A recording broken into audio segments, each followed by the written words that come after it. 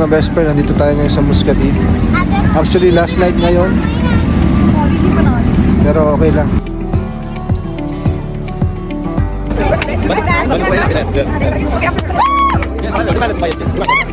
Ay, wala agad.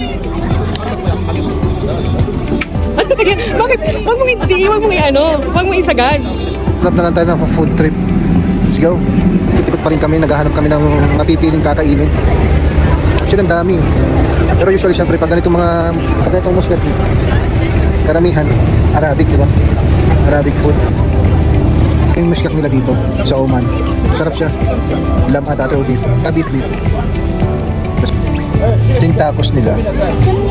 Di ba ano yan? Kachuri. Parang ano, kwek-kwek. Ano? Potato inside.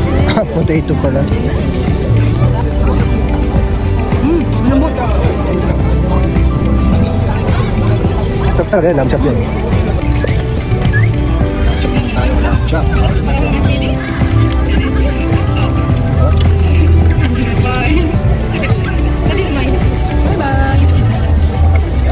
So yun, tapos na kami.